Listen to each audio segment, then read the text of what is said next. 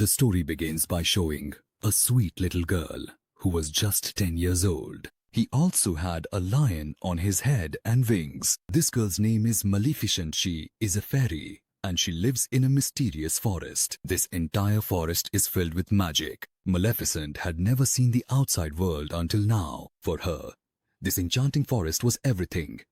And she had never even seen ordinary humans before. Even though she was an innocent, naive child, she was very happy in her forest. Besides humans, there were many strange and unusual creatures in that forest. One day, while Maleficent was wandering through her forest, she spotted a small boy who looked to be about her age. Maleficent asked him, "Who are you and what are you doing here?" The little boy told Maleficent, "I live in the nearby kingdom. And I came here because I saw a diamond and picked it up." Maleficent asks him to return the diamond from her forest. After that, she says, "Come on, I'll walk you back to your kingdom." Then the boy says, "All right, I'll go, but will you be my friend?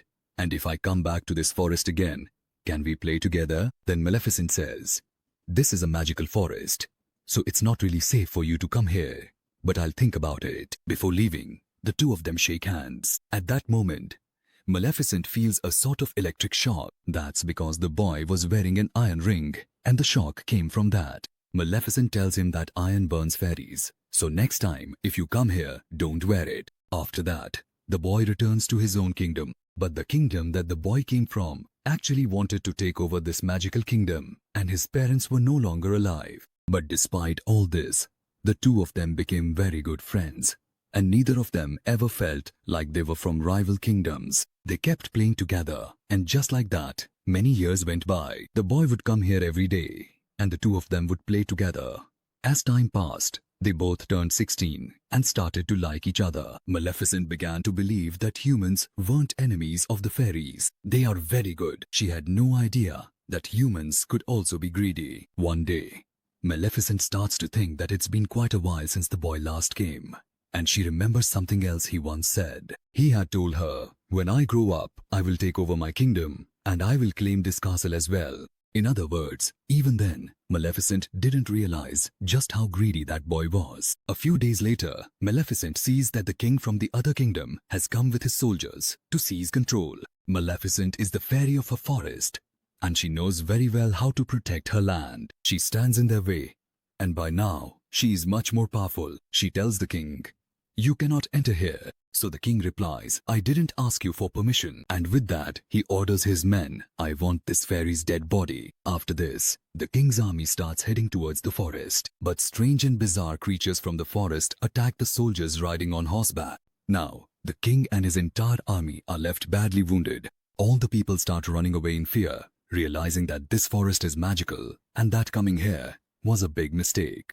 After that, the king returns to his kingdom. By now, he had grown quite old and much weaker than before. So he gathers everyone together and says, "You all know how much treasure lies in that forest, and from the very beginning, I wanted us to conquer it. But looking at the state I'm in now, I don't think I can go there and fight anymore. But now, I make a promise to all of you. Whoever manages to kill that Maleficent, I will marry my daughter to him." Just then, one of the young men steps forward and says, "I will go there." And this is the same boy who used to play with Maleficent in the forest. His name is Stefan. After that, Stefan goes to the forest to meet Maleficent after many years. When they meet, Maleficent asks him, "Where have you been all this time? Did you not even once think about our friendship?" Then Stefan says, "Please forgive me. I got completely caught up in the king's affairs, but I have never forgotten you. And even today, I came here just to tell you that the king of my kingdom wants to kill you. That's why I came here to protect you, to keep you safe." And then they start talking to each other. Maleficent tells him, "I forgive you." At this point, she had no idea just how cruel humans could be. And believing his words, she trusts him. But Stefan was an extremely greedy man. He slips a drug into her water, and as soon as she drinks it, she immediately falls unconscious. After that, Stefan tries to kill her with his knife, but he fails to go through with it. The next morning, when Maleficent opens her eyes, she realizes that her wings are gone. Her back is covered in deep wounds. She can't believe her eyes when she sees this, and she starts screaming in pain, because now she's no longer the fairy she once was. On the other hand, we see Stefan taking Maleficent's wings to the king and telling him, I fulfill the promise I made. The king is very pleased with this, and he makes Stefan the ruler of the kingdom. Meanwhile, in the forest, we see Maleficent, who is deeply saddened because she can no longer fly. She is walking through the forest. That's when she notices a hunter about to kill a crow. She can't bear to watch this, so she immediately transforms the crow into a human. The hunter gets scared and runs away from there. The crow comes to Maleficent, thanks her, and asks, why did you do this? Maleficent replies, I can't say. Just like that. Then the crow, now a man, says, from now on, I will be your servant for life. Whatever you ask of me, I will do it, because he's overjoyed to have become human. Maleficent is also quite pleased by this and names him Diaval. From then on, Diaval would bring information only to Maleficent. It is at this point that Maleficent learns that Stefan had cut her wings only and only to become king. That's why she starts to hate humans, and her trust in them is completely shattered. In the next scene, we see that Stefan marries the king's daughter in that kingdom. After that, they have a daughter together. Because of this happiness, there were grand celebrations going on in the mansion, and that's why no one could really keep track of who was coming and from how far away. Taking advantage of this, Maleficent also goes there and starts to give her wishes. She says to the little baby, you are very sweet, but as soon as you turn 16, a needle will prick your hand, and after that, you will die. Hearing this, Stefan starts begging her, pleading, please don't do this. Why are you taking your revenge on my daughter? Then Maleficent says, I was a girl too, remember? Do you recall what you did to me? Maleficent is still filled with anger, and she tells Stefan, if your daughter finds her true love on her 16th birthday, then her life can be saved. Stefan becomes very worried by this and immediately calls 3 little fairies. He tells them, take my daughter far away from here and don't bring her back until she turns 16. Otherwise, the curse placed on her will come true. After that, he sets out with his army to attack the forest, because now he wanted to take complete control over the forest. But here, Maleficent had already used her powers to cover the boundaries of the forest, so now no human could enter it. Next, we see the princess named Aurora, who is Stefan's daughter. The 3 fairies take her far, far away, but Maleficent knew exactly where she was. When she goes to her and tries to scare her, instead of crying, the little girl starts laughing. He seems to really enjoy watching her do this. She begins to soften, because deep down, Maleficent was a good fairy. The 3 little fairies who were supposed to take care of the princess were actually quite careless. But instead of them, it was often Maleficent who ended up saving Princess Aurora's life. For example, when Aurora was about to fall off a cliff, it was Maleficent who saved her. In this way, as time passed, Aurora was growing up, and now she had turned 15. This meant he now had only 1 year left to repay his loan. Now, the 3 little fairies took her near the boundary. That's when she noticed the large logs of wood. Princess Aurora, just like Maleficent, had never seen the outside world. So Aurora started wondering what was really out there. And one day, she went to see for herself. Suddenly, she felt like someone was there, and she shouted, if someone is there, come out. I want to talk to you. There was no one else there. It was Maleficent herself. She couldn't hold back any longer, so she came out right in front of Aurora. When Maleficent saw her, Aurora said, You're the one. You're my godmother, the one who used to visit me when I was a child and took care of me. But why did you never come before me until now? I recognize you, and I really like that crow who's always with you too. Hearing Aurora's words, Maleficent's face lit up with a smile, because deep down, she was a kind fairy. Now, she had started to love Aurora, and she no longer wanted the curse she had placed on her to come true. The 2 of them started living together. They stayed together like mother and daughter, caring for each other. One day, while Princess Aurora was sleeping, Maleficent came to her and tried to take back her curse.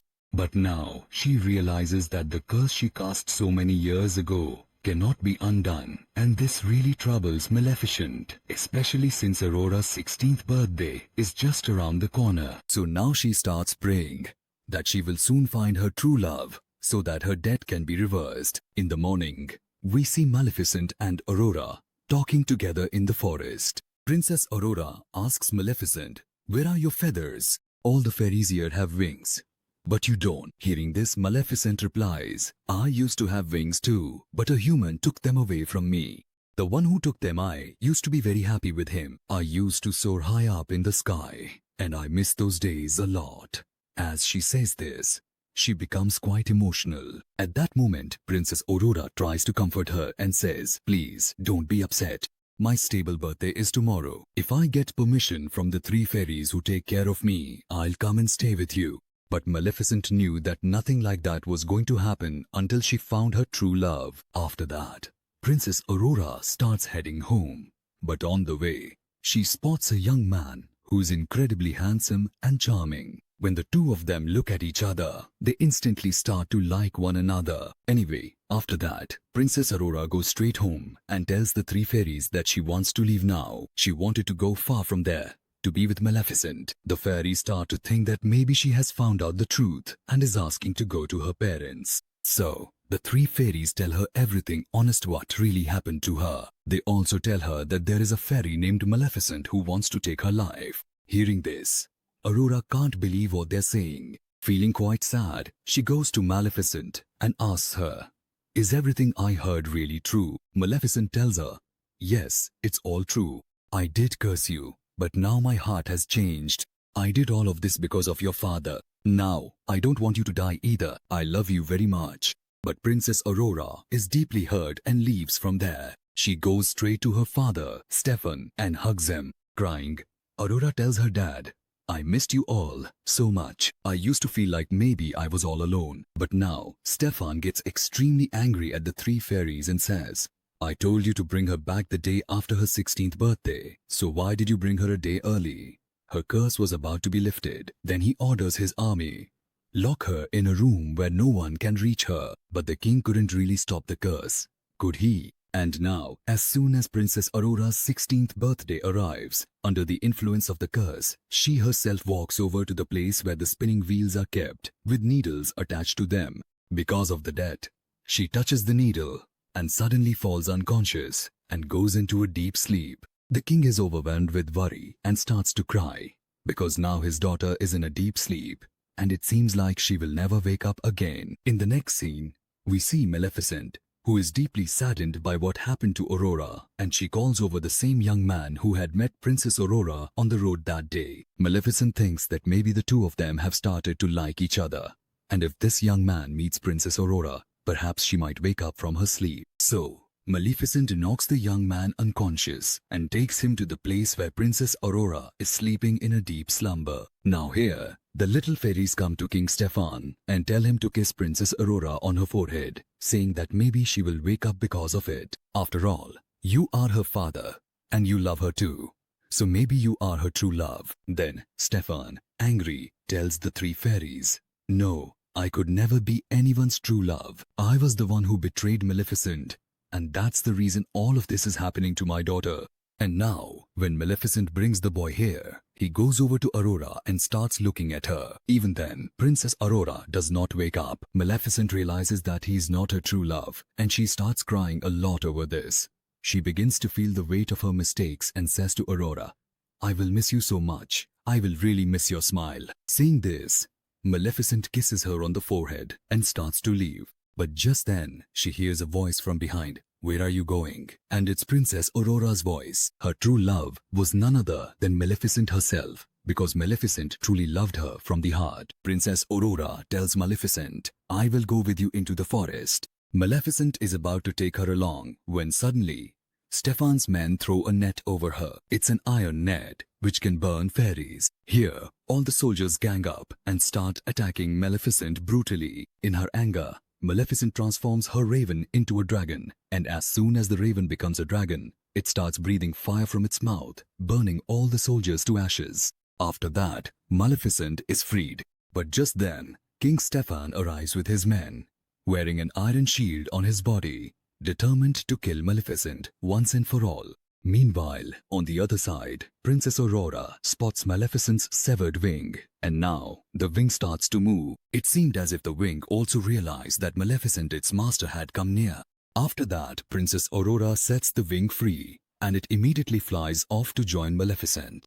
Now Maleficent was ready to fly, and she grabbed Stefan, soaring up into the sky with him. Stefan starts attacking her, causing both of them to plummet downwards. and he grabs onto Maleficent's wings so she can't fly. But just as they're about to hit the ground, Maleficent unfurls her wings and soars away. Because of this, Stefan falls to the ground and dies. In other words, this greedy man is no longer in this world. The next morning, we see Maleficent removing all the boundaries she had placed around the forest. Now, flowers begin to bloom there once again, and all the inhabitants of the forest start living happily. After that, Maleficent tells Princess Aurora that from today onwards, you are the queen of this forest. In this way, the kingdom and the forest come together, and everyone begins to live their lives happily ever after. And with that, Maleficent Part 1 comes to an end.